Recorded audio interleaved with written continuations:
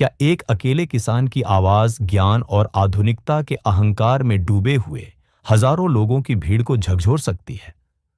मुंशी प्रेमचंद की यह विचारोत्तेजक कहानी सिर्फ एक आवाज, ठाकुर दर्शन सिंह नामक एक ऐसे ही साधारण किसान के इर्द गिर्द घूमती है, जिसकी सहज और सच्ची प्रतिज्ञा गंगा के किनारे जुटे हुए तथाकथित बुद्धिजीवियों के खोखले आदर्शों पर भारी पड़ती है। शुरू करते हैं। सुबह का वक्त था। ठाकुर दर्शन सिंह के घर में एक हंगामा बरपा था। आज रात को चंद्र ग्रहण होने वाला था। ठाकुर साहब अपनी बूढ़ी ठकुराइन के साथ गंगा जी जाते थे, इसलिए सारा घर उनकी पुरशोर तैयारी में मसरूफ था। एक बहू उनका फटा हुआ कुर्ता टांक रही थी। दूसरी बहू उनकी पगड़ी लिए सोचती थी कि क्यों कर इसकी मरम्मत करूं।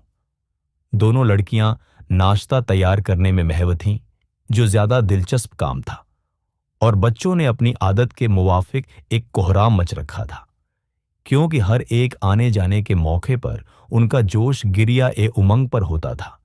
जाने के वक्त साथ जाने के लिए रोते, आने के वक्त इसलिए रोते कि शीरीनी की तकसीम खातिर ख्वाह नहीं हुई।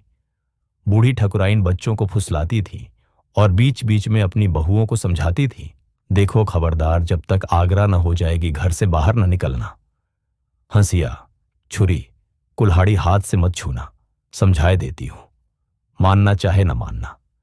तुम्हें मेरी बात की कौन परवाह है, मुंह में पानी की बूंद न पड़े। नारायण के घर विपद पड़ी है, जो साधु भिखारी दरवाजे पर आ जाए उसे फेरना मत। बहुओं ने सुना और नहीं सुना। वो मना रही थी कि किसी तरह यहां से टलें। फागुन का महीना है, गाने को तरस गए, आज खूब गाना बजाना होगा। ठाकुर साहब थे तो बूढ़े, लेकिन ज़ौफ का असर दिल तक नहीं पहुंचा था। उन्हें इस बात का घमंड था कि कोई गहन बगैर गंगा स्नान के नहीं छूटा। उनकी इल्मी काबिलियत हैरत अंगेज थी।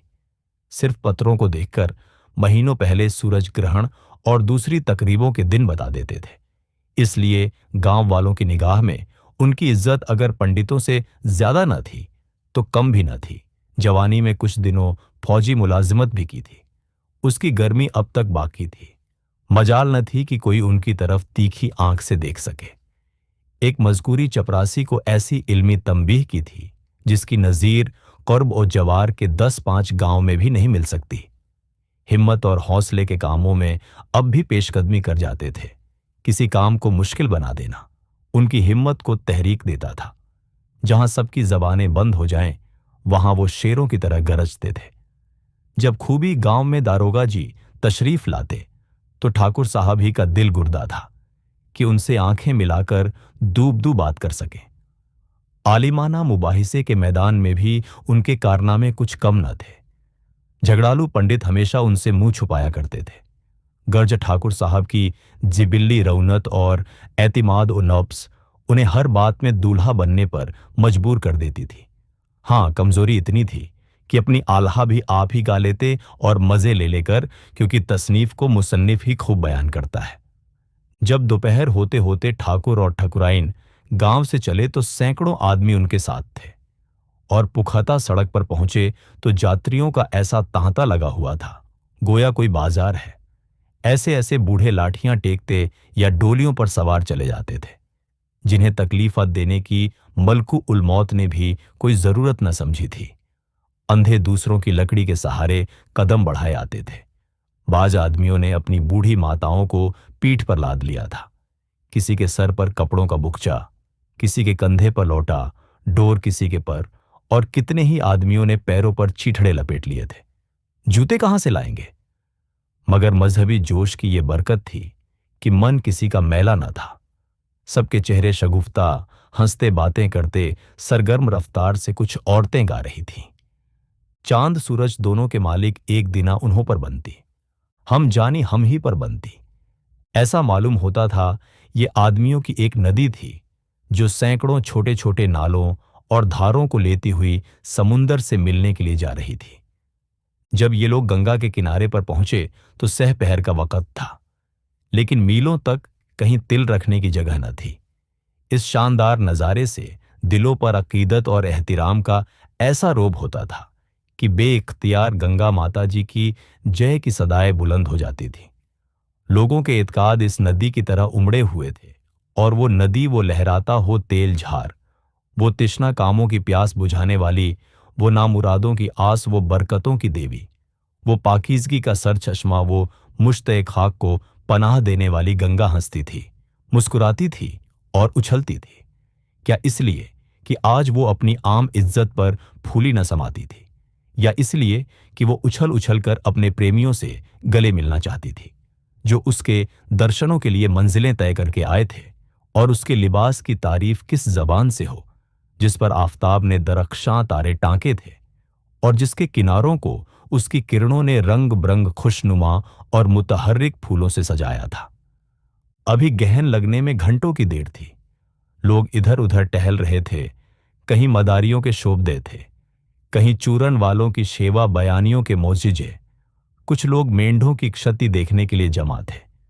ठाकुर साहब भी अपने चंद मुतकिदों के साथ सैर को निकले। उनकी ओलू हिम्मती ने गवारा न किया कि इन आलिमाना दिलचस्पियों में शरीक हों। यकायक उन्हें एक वसीया शामियाना तना हुआ नजर आया, जहां ज्यादातर तालीम याफ्ता आदमियों का मजमा था। ठाकुर साहब ने अपने साथियों को एक किनारे खड़ा कर दिया और खुद एक मगरूराना अंदाज से ताकते हुए फर्श पर जा बैठे, क्योंकि उन्हें यकीन था यहां उन पर दहकानियों की निगाह ए रश्क पड़ेगी, और मुमकिन है ऐसे नुक्ते भी मालूम हो जाएं जो मुतकिद्दीन को हमादानी का यकीन दिलाने में काम दे सकें। ये अखलाकी जलसा था। 2-2.5 हजार आदमी बैठे हुए एक शीरीं बयां मुखर्रिर की तकरीर सुन रहे थे। फैशनेबल लोग ज्यादातर अगली सफ़ों में जलवा अफरोज थे, जिन्हें सरगोशियों का इससे बेहतर मौका नहीं मिल सकता था। कितने ही खुशपोश हजरात इसलिए मुकद्दर नजर आते थे कि उनकी बगल में कमतर दर्जे के लोग बैठे हुए थे। तकरीर बज़ाहिर दिलचस्प थी, वजन ज्यादा था और चटखारे कम, इसलिए तालियां नहीं बजती थीं।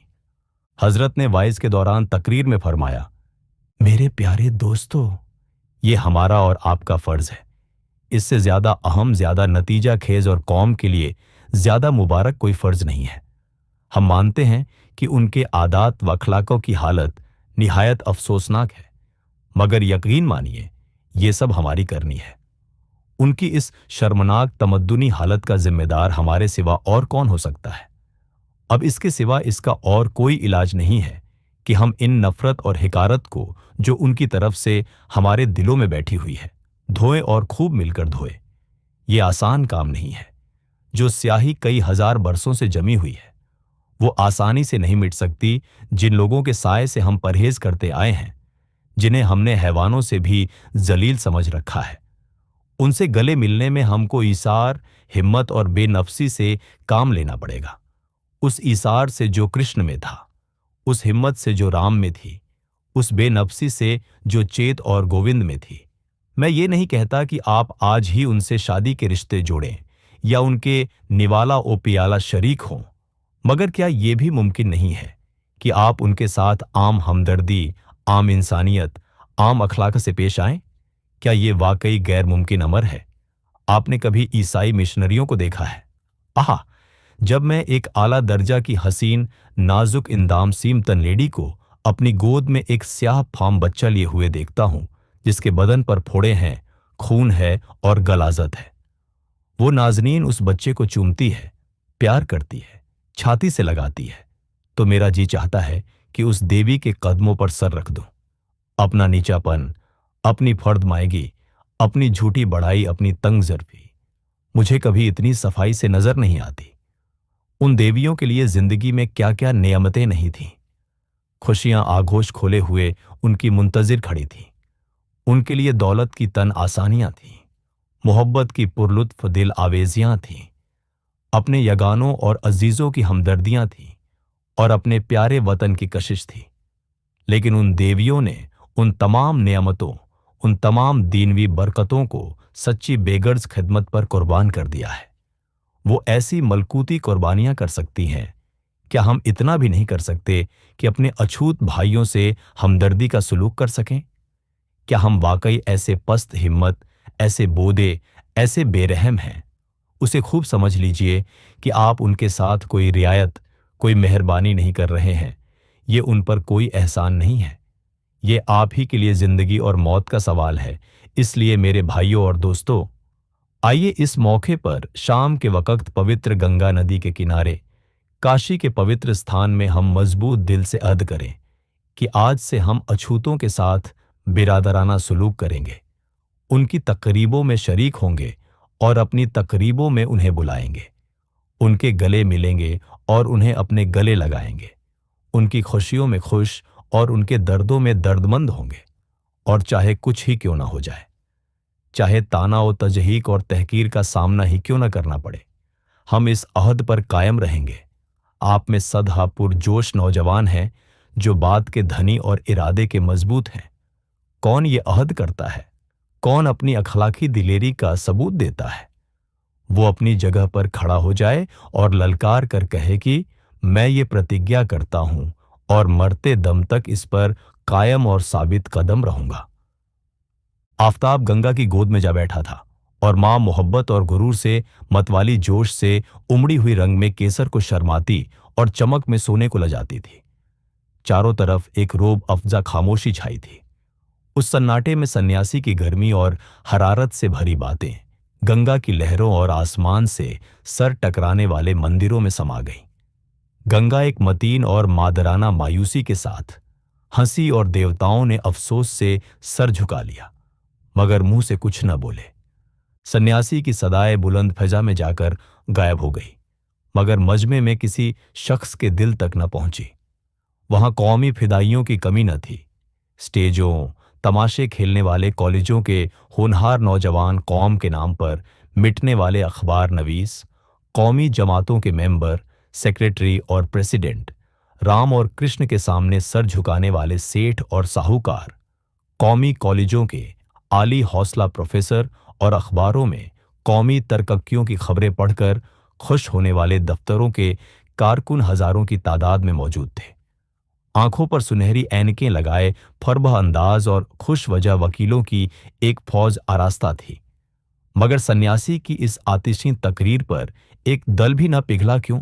कि वो पत्थर के दिल थे जिनमें दर्द व गुदाज न था, जिनमें ख्वाहिश थी मगर अमल न था, जिनमें बच्चों की सी ख्वाहिश थी मगर मर्दों का इरादा न था। सारी मजलिस पर सुकूत का आलम तारी था। हर शख्स सर झुकाए फिक्र में डूबा हुआ नजर आता था। नदामत किसी को सर उठाने न देती थी और आंखें खिफ़्फ़त से जमीन में गड़ी हुई थी। ये वही सर हैं जो कौमी चर्चों पर उछल पड़ते थे। ये वही आंखें हैं जो किसी वक्त कौमी गुरूर की सुर्खी से लबरेज हो जाती थी। मगर कौल और फेल में आगाज और अंजाम का फरकड़ है। एक फर्द को भी खड़े होने की जुर्रत न हुई। मिकराज की तरह चलने वाली जबानें भी ऐसी अजीमुशान जिम्मेदारी के खौफ से बंद हो गईं।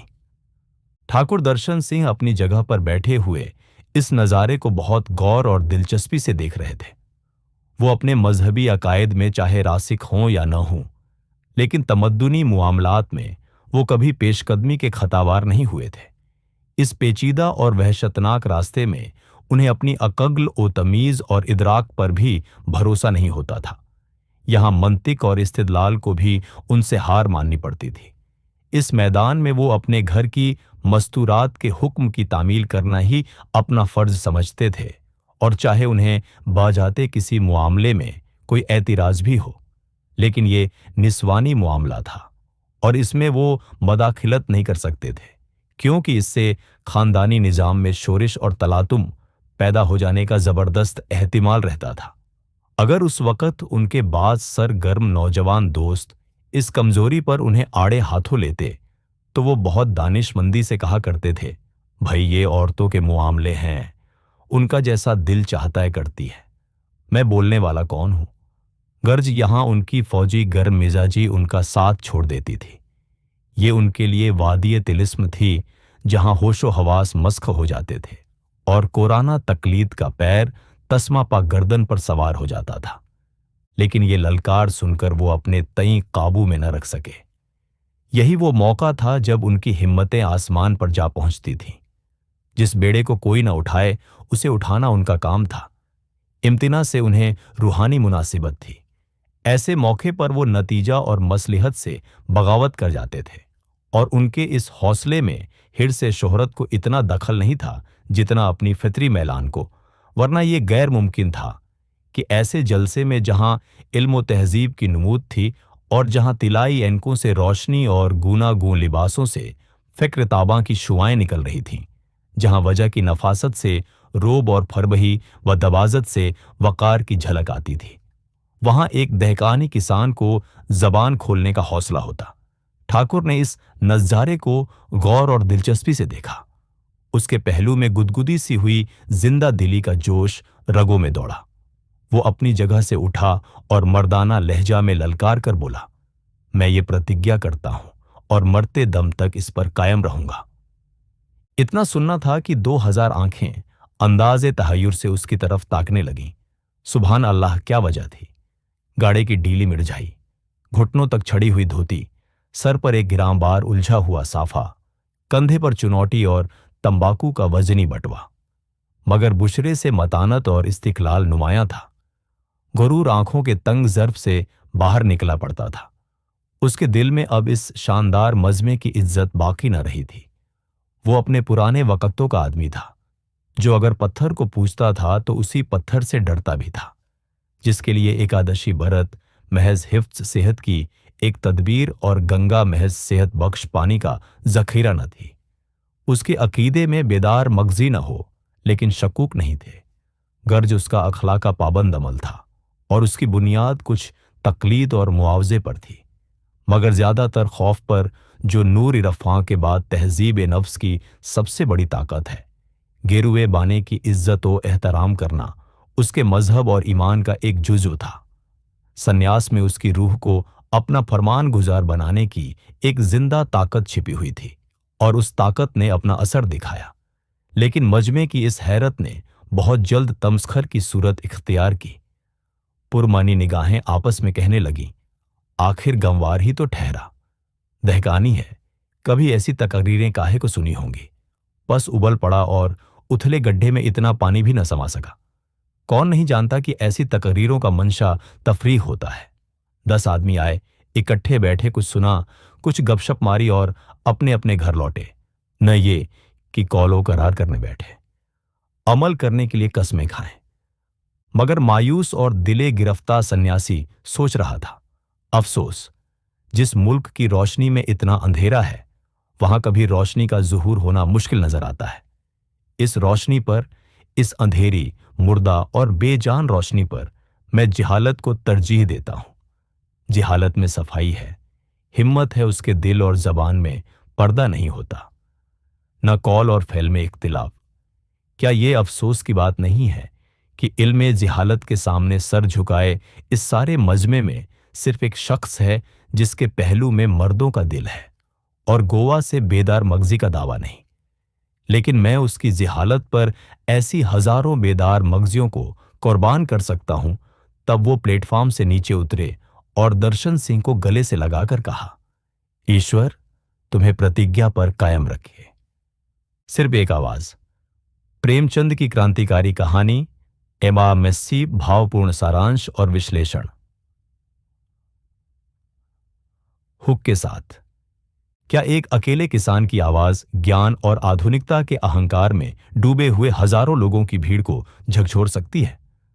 मुंशी प्रेमचंद की यह विचारोत्तेजक कहानी सिर्फ एक आवाज, ठाकुर दर्शन सिंह नामक एक ऐसे ही साधारण किसान के इर्द गिर्द घूमती है, जिसकी सहज और सच्ची प्रतिज्ञा गंगा के किनारे जुटे हुए तथाकथित बुद्धिजीवियों के खोखले आदर्शों पर भारी पड़ती है। परिचय। नमस्कार दोस्तों, स्वागत है आपका आपके अपने YouTube चैनल कहानी सगर में। आज हम आपके लिए लेकर आए हैं मुंशी प्रेमचंद की एक और गहरी और प्रभावशाली रचना, सिर्फ एक आवाज। ठाकुर दर्शन सिंह अपनी बूढ़ी पत्नी के साथ गंगा स्नान के लिए जा रहे हैं, जहां चंद्र ग्रहण के अवसर पर हजारों तीर्थयात्रियों का जमावड़ा है। इसी भीड़ में एक सन्यासी अछूतों के उद्धार पर जोशीली तकरीर करता है, लेकिन आधुनिक विचारों से प्रभावित और अपनी सामाजिक प्रतिष्ठा के मद में चूर श्रोताओं पर उसका कोई असर नहीं होता। ऐसे निराशाजनक माहौल में ठाकुर दर्शन सिंह, एक साधारण किसान, उठकर एक ऐसी प्रतिज्ञा करते हैं जो न केवल उनकी अटूट आस्था और साहस का परिचय देती है, बल्कि उस भीड़ की संवेदनहीनता पर भी एक करारा तमाचा है। क्या होगी इस सिर्फ एक आवाज की गूंज? आइए इस कहानी के भावपूर्ण सफर पर चलते हैं। कहानी का भावपूर्ण सारांश। चंद्र ग्रहण के अवसर पर ठाकुर दर्शन सिंह अपनी पत्नी के साथ गंगा स्नान के लिए जाते हैं। गंगा के किनारे हजारों लोगों की भीड़ जमा है। एक सन्यासी अछूतों के साथ भाईचारे का व्यवहार करने का आह्वान करते हुए एक जोशीली तकरीर करता है। तकरीर में ज्ञान और आधुनिकता की बातें होती हैं, लेकिन ऊपरी वर्ग के तथाकथित बुद्धिजीवी श्रोता बेमन से उसे सुनते हैं। उनके दिलों में कोई बदलाव नहीं आता, क्योंकि वे अपनी सामाजिक श्रेष्ठता के अहंकार में डूबे हुए हैं। ठाकुर दर्शन सिंह, जो एक साधारण किसान हैं और अपनी पारंपरिक आस्थाओं में दृढ़ हैं, इस पूरे दृश्य को ध्यान से देखते हैं। उन्हें आधुनिक विचारों और खोखले आदर्शों की इस भीड़ में सच्चाई और आंतरिकता की कमी महसूस होती है। जब सन्यासी प्रतिज्ञा करने के लिए लोगों को ललकारता है, तो उस विशाल सभा में सन्नाटा छा जाता है। किसी में भी आगे बढ़कर अपनी प्रतिबद्धता दिखाने का साहस नहीं होता। ऐसे निराशाजनक माहौल में ठाकुर दर्शन सिंह अचानक उठ खड़े होते हैं। उनकी वेशभूषा साधारण है, ढीली मिर्जाई, घुटनों तक छड़ी धोती और एक भारी साफा, लेकिन उनके चेहरे पर दृढ़ता और आत्मविश्वास झलकता है। वे बुलंद आवाज में प्रतिज्ञा करते हैं कि वे अछूतों के साथ भाईचारे का व्यवहार करेंगे और अपनी इस प्रतिज्ञा पर मरते दम तक कायम रहेंगे। ठाकुर दर्शन सिंह की इस अकेली आवाज से पूरी सभा में आश्चर्य का माहौल छा जाता है। आधुनिक विचारों के आडंबर में डूबे हुए लोग इस साधारण किसान की सहज और सच्ची प्रतिबद्धता को देखकर हक्के बक्के रह जाते हैं। सन्यासी भी उनकी हिम्मत और सच्चाई से प्रभावित होकर उन्हें गले लगा लेता है। कहानी का बाहरी भाव। सिर्फ एक आवाज। कहानी प्रेमचंद की एक गहरी और मार्मिक रचना है, जो हमें दिखाती है कि सच्ची प्रतिबद्धता और मानवीयता का वास आडंबरपूर्ण ज्ञान या आधुनिकता में नहीं, बल्कि सरल और सच्चे हृदय में होता है। ये कहानी ठाकुर दर्शन सिंह के चरित्र के माध्यम से पारंपरिक मूल्यों की शक्ति और सहज मानवीयता की श्रेष्ठता को स्थापित करती है। ये कहानी उन लोगों पर भी एक तीखा व्यंग्य है जो बड़े बड़े आदर्शों की बातें तो करते हैं, लेकिन जब उन्हें अमल में लाने का समय आता है तो पीछे हट जाते हैं। ठाकुर दर्शन सिंह की अकेली आवाज उस भीड़ की सामूहिक संवेदनहीनता और पाखंड पर एक शक्तिशाली प्रहार है। ये कहानी हमें यह भी सिखाती है कि बदलाव लाने के लिए बड़ी संख्या या आधुनिक ज्ञान की आवश्यकता नहीं है, बल्कि एक सच्चे हृदय और दृढ़ संकल्प की आवश्यकता है। एक अकेली सच्ची आवाज भी हजारों खोखली आवाजों पर भारी पड़ सकती है। सिर्फ एक आवाज। मुंशी प्रेमचंद की एक महत्वपूर्ण कहानी है, जो हमें मानवीय मूल्यों, सच्ची प्रतिबद्धता और आडंबरहीन जीवन के महत्व को समझने की प्रेरणा देती है। अगर आपको यह कहानी पसंद आई हो, तो हमारे चैनल कहानी सुनो को जरूर सब्सक्राइब करें और इस वीडियो को लाइक और शेयर करें। आपकी प्रतिक्रियाएं हमारे लिए बहुत महत्वपूर्ण हैं।